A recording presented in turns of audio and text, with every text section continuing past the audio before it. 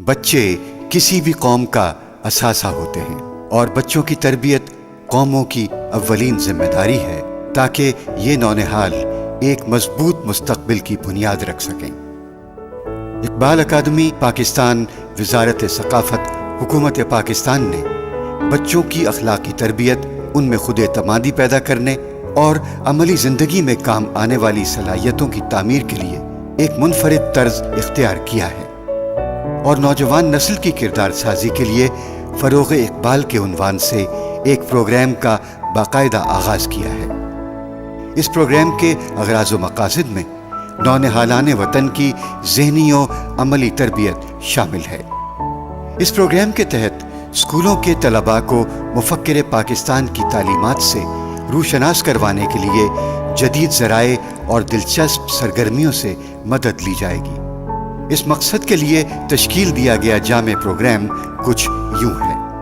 ایک سال کے دوران منتخب اسکولوں میں ماہانہ بنیاد پر عظیم دانشور، فلسفی اور شاعر علامہ محمد اقبال کی تعلیمات سے اخذ کیے گئے 12 موضوعات پر 48 سرگرمیوں کا انعقاد کیا جائے گا۔ اسکولوں کی طرف سے نامزد کردہ بچے اس پروگرام میں حصہ لیں گے۔ اس مقصد کے لیے موضوعات اور ان سے متعلقہ سرگرمیوں پر مشتمل پورے سال کا کیلنڈر ترتیب دیا گیا ہے۔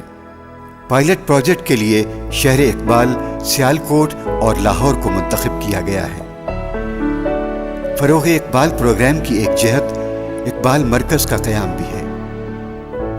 سیالکوٹ کھیلوں کے سامان اور آلات جراحی کی صنعت کے حوالے سے دنیا بھر میں مشہور تو ہے ہی، تاہم یہ بھی انتہائی ضروری تھا کہ عظیم مسلمان دانشور، فلسفی اور شاعر علامہ محمد اقبال کے حوالے سے اس کی شناخت کو نمایاں کیا جائے۔ اقبال اکیڈمی پاکستان نے اس امر کو مد نظر رکھتے ہوئے سیالکوٹ میں اقبال مرکز کے قیام کا فیصلہ کیا۔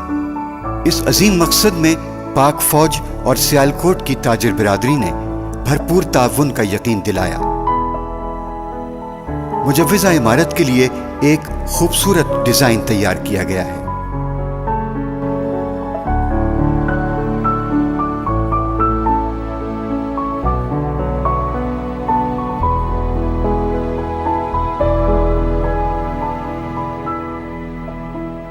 اس عظیم الشان عمارت کی تعمیر میں چونکہ وقت اور وسائل دونوں درکار ہیں، لہٰذا اس بات کو مد نظر رکھتے ہوئے یہ فیصلہ کیا گیا کہ عمارت کی تعمیر مکمل ہونے کا انتظار کرنے کی بجائے سرگرمیوں کا آغاز کر دیا جائے۔ چنانچہ پاک فوج کے تعاون سے سیالکوٹ کینٹ میں عزیز شہید روڈ اور طارق روڈ کے سنگم پر اقبال مرکز کا قیام عمل میں لایا گیا۔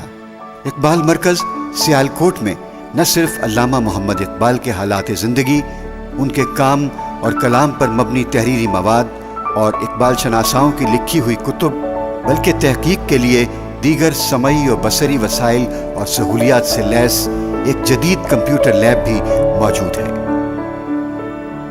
اس کی ایک انفرادیت یہ بھی ہے کہ اس میں ایک کافی ہاؤس بھی بنایا گیا ہے۔ یہ سب عناصر مل کر تحقیق اور مطالعے کے لیے ایک بہترین ماحول فراہم کرتے ہیں۔ اقبال مرکز یقیناً پیغام اقبال کی ترویج اور فروغ فکر اقبال میں ایک اہم سنگ میل ثابت ہوگا اور اس طرز پر ملک کے دیگر شہروں میں بھی اقبال مرکز قائم کیے جائیں گے۔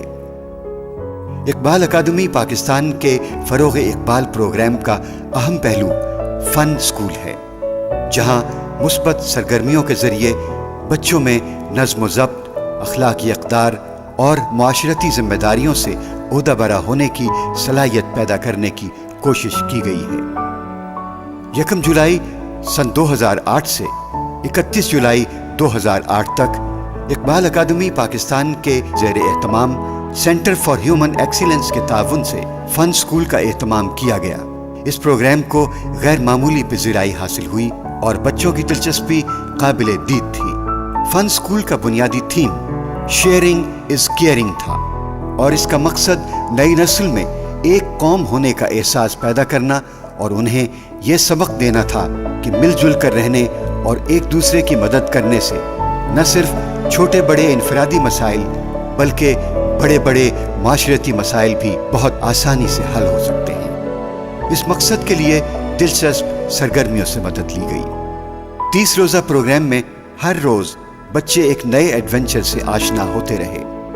نظم و ضبط پیدا کرنے کے لیے دن کا آغاز اسمبلی سے کیا جاتا، جہاں دعا کروائی جاتی اور پھر مختلف جسمانی مشقوں کا اہتمام کیا جاتا۔ ایمرجنسی صورتحال سے نپٹنے کے لیے فائر فائٹنگ اور سول ڈیفنس کی تربیت بھی دی گئی۔